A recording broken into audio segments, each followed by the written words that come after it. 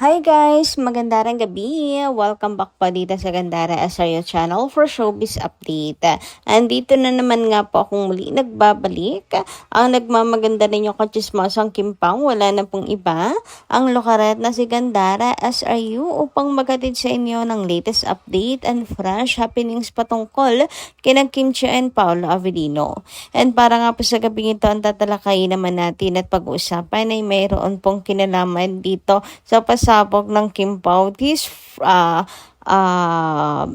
February 1st of 2026 na kung saan abay talaga namang gumagawa na naman po ng ingay ang Kim Pao. Pero bago pa ang lahat, sa mga hindi pa nakaka-subscribe sa ating channel, pakiclick lang na ating subscribe button at notification bell na nariyan po sa baba upang kayo ay maging updated at ma-notify tuwing may bago po tayong chika at balita hinggil sa Kim Pao.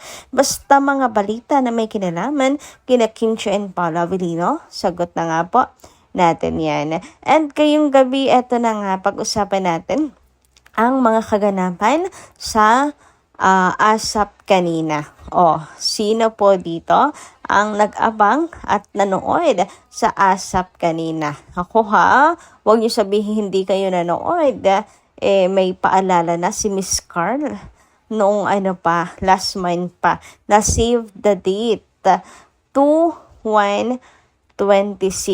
Ibig sabihin, February 1, 2026. Naalala niyo yan? Diba naalala nyo? Yes, guys. Yung buong akala natin na aamin ang Kim Pao sa kanilang relasyon or may bagong project na i-announce ang Kim Pao, wala doon lahat. Sapagkat ang nag-announcement ng Kim Pao ay Kim Pao World Tour na kung saan mas bongga. 'Di ba? Bakit mas bongga po etong Kim Pao World Tour kaysa po sa pag-amin ng Kim Pao, mas bongga kaysa sa may new project na i-announce sila Kim and Paolo? Kasi napaka luma na yon sa showbiz industry.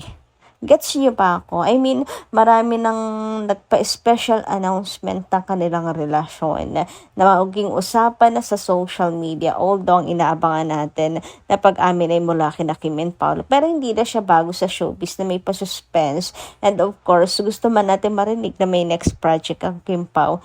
Pero ang dami na rin, syempre, di ba, nakaapat na sila ng announce. So, hindi siya bago sa showbiz industry. Pero wag ka, alam niyo kung ano ang bago? Ang pa-world tour ng Love Team. Diba? First time in the history, may nabasa nga ako. Ito yung first time in the history na magkakaroon ng world tour ang isang Love Team. Diba? I mean, dami na rin pong naging sikat na love team sa Pinas. Kahit kasagsagan ng kahit kasagsagan ng Aldab, kasagsagan ng Katniel, parang di naman sila nagpa-world tour. Pero wag ka, ang Kim Pao may pa-world tour. Love team nila dahil sa public demand. Dahil nakakaiyak. As in, ganyan po katiwala ang ABS sa kanila, ang management sa kanila, kina Kim and Paolo. Grabe sa pa-world tour. Talagang isang malaking patunay na talagang ang Kim Pao po ay superstar. Alam niyo yun, sila po ay kumbaga tiwala na kahit saan mang sulok ng mundo pumunta ang Kim Pao ay meron silang supporters. Nakakataba ng puso. So, ito pala yun. Ito pala yung pa-save the date ni Miss Carl. Diba? Ito pala, yung mga hula natin, wali. Meron pang sana concert na, pero world tour ang announcement nila Kim and Paolo. Grabe. Tama lang pala yung ni Miss Carl na save the date kasi pasabog talaga to. Kasi ibang level yung announcement nila Kim and Paolo. 'Di ba? Pero syempre, naantay pa rin natin ang kanilang official pag-amin and of course ang official na pag-announce ng next project or fifth project together, 'di ba? Ako sana sana po ay kasabayan ng world tour ay ang pag-announce ng kanila pong fifth project together. Imposible. Imposibleng walang project, magpapa-world tour, tapos walang project ang Kim Pao. Imposibleng tenga ang Kim Pao or no project na kasundutan. Ano yan? Lokohan, 'di ba? Matapos yung pasayahin ang Kim Pao, sasaksakin niya sa sobrang sakit. Hindi papayag ang Kim Pao Lancia. And grabe ang ganda rin ng pa-effect ni Paolo na maang-maangan. Charot-charot niya sa asap kanina. Bentang-benta. Kasi alam nyo, hanggang ngayon mainit yung pinag-uusapan sa social media at pinagtatalunan niya na sinasabi nilang seryoso. Merong mga tao na sineryoso itong pag-joke ni Paula Avellino na may announcement na para bang hindi niya alam na may world tour. Kaya nga sila nasa ASAP para doon. Imposible naman na, di ba tulad na sabi ko kanina, imposible naman na sila guest lang doon or napadaan lang. Siyempre, merong announcement, di ba? Sabi nga dito, ayan, pinagtatalunan na ngayon. Seryoso bang may naniwala na hindi alam ni Pao yung world tour? Parang hindi pa kayo nasanay sa humor niya. And ang masasabi ko lang, yung mga taong hindi talaga seryoso as a fine, yung hindi talaga nakasubaybay kina Kim and Paolo, yung maniniwala Kasi kilala na natin si Pao ngayon. Alam din natin kung kailan siya nagbibiro, 'di ba? Ang humor kasi ni Paolo Avellino hindi talaga papasa sa mga ordinaryong tao lang na namumuhay sa mundo. Charot. Anyway, ito pa nga. Kapag may project ang Kim Pao, dadaan muna yan kay Paolo to make sure okay ba ito kay Kim. Na hindi siya mapapahamak. Yan. Nagbabasa nga ng sandamakmak na script Eto pa kaya? Ready na for world tour. Sana meron dito. Part ng world na ito. Bakit? Ang sulok ba kayo ng mundo? Charot. Anyway, ayan. Natuwa naman ako dito syempre, alam ni Paolo Avellino kasi lahat ng project dadaan yan kay Paolo Avellino to make sure na okay kay Kim. Ayan, hindi papahamak si Kim, hindi mababash, ganyan. At binabasa niya rin yung script for Kim Chiu din talaga. Ay, hands-on naman talaga niyan. So, sino yung nagsasabi diyang 16 hours seryoso si Paolo Avellino sa 16 hours gaming? Ganyan yan ka-hands-on. Even script ni Kimi, chinecheck niya muna. Huy, grabehan naman talaga yan. Anyway, ayan.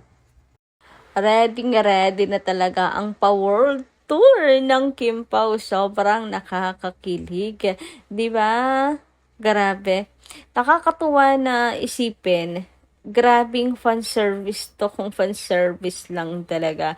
Imagine Paolo Avellino na hindi po masikmura ang fan service kasi puno daw ng kasinungalingan. Pero wag ka, may pa-world tour. Ay, ewan, ayoko na lang talagang mag-talk kasi baka masaktan ang puso't damdamin hanggang balun-balunan po ng mga bashers. Charot!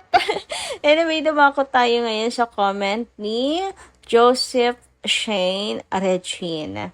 Ayan, magandarang gabi. Sabi niya, Ma'am Gandara SRU, magandang hapon po. Narinig ko po yung update niyo po tong hapon na to sa YouTube channel via internet. Ma'am Gandara SRU. Napakasinungaling ng taong yan. Bahala na ang Panginoong Diyos ama sa kanya. Ating Kimi, nasa mabuting kalagayan, awa ng Diyos. Hindi ba niya nakikita ang ating Kim Pao sa buhay na marami nagmamahal sa buong mundo? Etong nakaraang linggo, ang ating Kim Pao ay nagja-jogging sa may Ayala Avenue. Pagkatapos ng workout pa yan.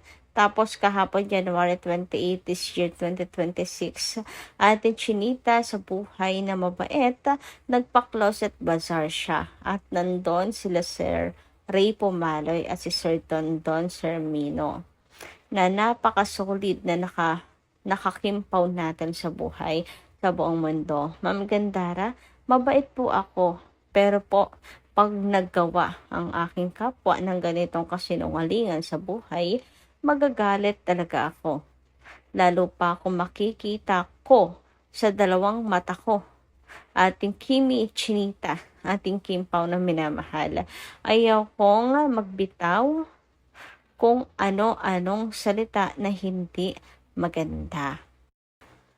Kasi ako madasalin sa araw-araw at nagrosaryo po ako araw-araw. Tuwing umaga pa, ka-pure ko bilang isang Katolika na mapagmahal po ako. Sana po magpakabait na lamang sila. Magandang mamuhay sa magandang paraan. Ma'am Gandara, SRU, I love you. Kasama po ang buong pamilya niyo po. At ating lovely Kimpaw at sa lahat ng ating Kimpaw sa buhay sa buong mundo. God bless all. Take care, Mwamwa. And yes, sa buong mundo, lalo po ngayon na magpapa-world tour ang Kimpaw. Talagang sobrang saya ng puso ko. Anyway, hanggang dito lang po muna ang ating update. Maraming salamat po sa inyong pakikinig. And kita-kits po ulit sa susunod natin chika. Maraming pong salamat.